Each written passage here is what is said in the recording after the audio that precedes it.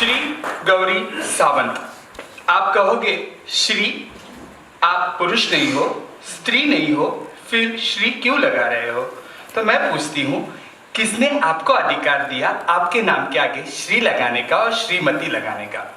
तो मैं वही हूँ, संपूर्ण हूँ, क्योंकि मैं आदमी भी हूँ, मुझ में औरत भी है, इसलिए मैं पूर्ण हूँ, इसलिए मैं संपूर्णत्व के लिए श्री लगाती हूँ। हेलो फ्रेंड्स, इस वीडियो में हम बात करने वाले हैं एक मोटिवेशनल स्टोरी के बारे में। दोस्तों, आप सब ने आज तक काफी मोटिवेशनल स्टोरी सुनी होंगी, जिसमें ज्यादातर लोग क्रिकेटर्स, एक्टर्स के बायोग्राफी को as a motivational story use करते हैं। बट आज हम कुछ अलग ट्राई करने वाले हैं, जिस विषय पर ज्यादा चर्चा नहीं होती है, बट ये स्टोरी उतना ही मोटिवेशनल है जितना कि एक क्रिकेटर्स, एक्टर्स का होता है। तो आज हम लोग ऐसे ही एक शख्स के बारे में बात करेंगे जिसका नाम है गौरी सावंत। तो आज का हमारा वीडियो का टाइटल है the motivational story of Gauri Sawant. तो बिना कोई देरी किए हुए चलिए शुरू करते हैं। गणेश से गौरी बनने तक का सफर। दोस्तों, गौरी का जन्म पुणे के एक मध्यम वर्गीय परिवार में हुआ। उनका नाम गणेश सावंत रखा गया। गौरी 9 साल की थी तभी उनकी माँ चल बसी। माँ के जाने के बाद दादी ने पाला। वह एक लड़का थी, लेकिन उनकी चाल ढाल लड़कियां जैसी थी। स्कूल के दिनों में ही वह अपने अंदर अजीब सा बदलाव महसूस करने लगी। उनके परिवार को यह एहसास होने लगा था कि वह एक लड़का नहीं बल्कि एक लड़की है। वह अक्सर घर में चुपके से दादी की साड़ी पहनकर चेहरे पर मेकअप लगा लेती थी और आईने के सामने जाकर अपने आप को हमेशा निहारती रहती थी। मगर उनके मन में हमेशा से खौफ रहता कि कहीं कोई देख ना ले। उनके पिताजी पुलिस में थे। उन्हें बेटे के तौर तरीके बिल्कुल पसंद नहीं थे। गौरी ने अपने इंटरव्यू में काफी बार बताया कि बचपन में उनके पास माँ नहीं थी, स्कूल में दोस्त नहीं थे, ऐसा कोई करीबी नहीं था जिससे मन की बातें कर पाती। पिताजी को उनके प्रति नफरत दिन ब दिन बढ़ती ही जा रही थी। जिंदगी बदतर होती जा रही थी। पड़ोस के बच्चे भी मजाक उड़ाते थे, कुछ तो उनको हिजड़ा कहकर चिढ़ाने लगे थे। अब धीरे धीरे समय बीतता गया और यह एहसास मजबूत होता गया कि वह लड़की है, लड़का नहीं। मुश्किलों से जूझते हुए उन्होंने अपना स्कूली पढ़ाई पूरा की। घर वाले चाहते थे कि वह अच्छे बेटे की तरह नौकरी करे और परिवार की जिम्मेदारी संभाले, मगर वह तय कर चुकी थी कि अब वह लड़के की जिंदगी और नहीं जी सकती।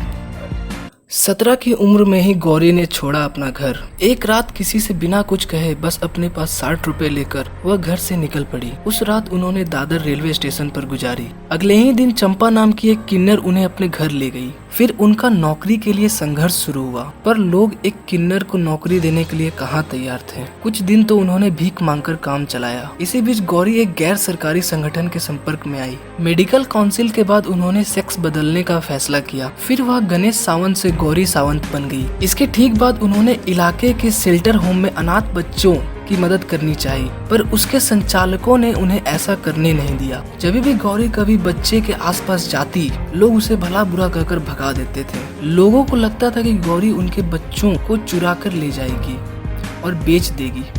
ये बात अक्सर गौरी को खलती थी कि लोग किन्नरों से इतना नफरत क्यों करते हैं। और फिर आया वर्ष 2000, जब उन्होंने किन्नरों और ट्रांसजेंडर लोगों को सामाजिक न्याय दिलाने के मकसद से एक संगठन बनाया। ऐसी घटना जिसने गौरी के जीवन को बदल दी। बात है साल 2001 की, जब उनके जीवन में एक अहम पड़ाव आया। मुंबई में एक सेक्स वर्कर की मौत हो गई। उस वर्कर की एक नन्ही बेटी थी जिसका नाम था गायत्री। उस बच्ची की दादी ने तो हद कर दिया। बच्ची के माँ के मरने के बाद उसकी दादी ने उस बच्ची को दलाल को बेच दिया, मगर पड़ोसियों ने उसे बचा लिया। तब कुछ समय के लिए बच्ची को अनाथालय भेज दिया गया। जैसे ही गौरी को यह बात पता चली तो वह उनसे मिलने चली गई। गौरी अपने इंटरव्यू में काफी बार ये कहती है कि जब मैं पहली बार गायत्री से मिली तो लगा कि वह मेरी बेटी है। मेरे अंदर ममता उमड़ पड़ी। मैंने तो उसी वक्त तय कर लिया था कि इसे गोद लूंगी। फिर उसके बाद गायत्री अपने नई माँ के साथ उनके घराने में रहने लगी। उस घराने में गौरी के गुरु और चेले रहते थे। जाहिर है वे सभी किन्नर व ट्रांसजेंडर हैं।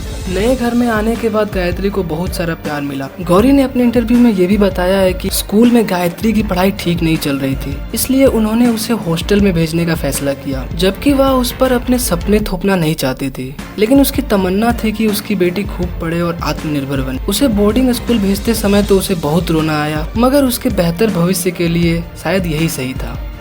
गायत्री से गौरी का लगाव। अब गायत्री स्कूल जाने लगी थी। उसके साथ वह हमेशा शॉपिंग करती थी, पार्क में सैर भी करती थी। वह बिल्कुल एक आम महिला की तरह जीना चाहती थी, लेकिन दुनिया वाले ताने मारने से कहाँ चुकते थे।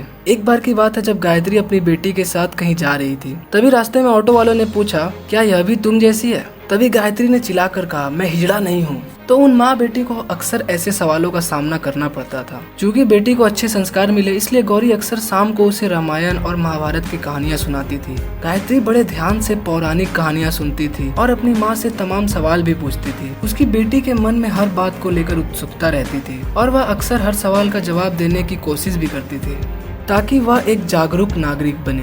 अब जैसे जैसे दिन बीतता गया, पूरे महाराष्ट्र में इस बात की चर्चा होने लगी कि एक किन्नर ने बच्ची को गोद लिया है। कुछ लोगों ने तो इसकी बहुत तारीफ की, इसकी बहुत सराहना की और कुछ लोगों ने सवाल भी उठाए।